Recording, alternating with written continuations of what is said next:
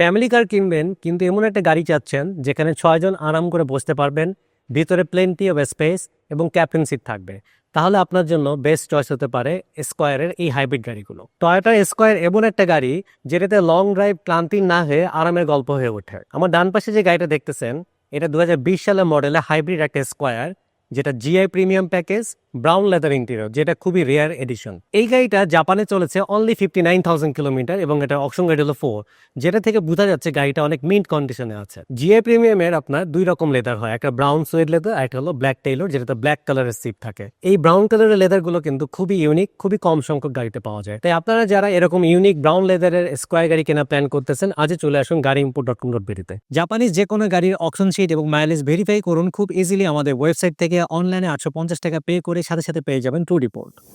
gareimport.com.bd সেরা দামে সেরা গাড়ি।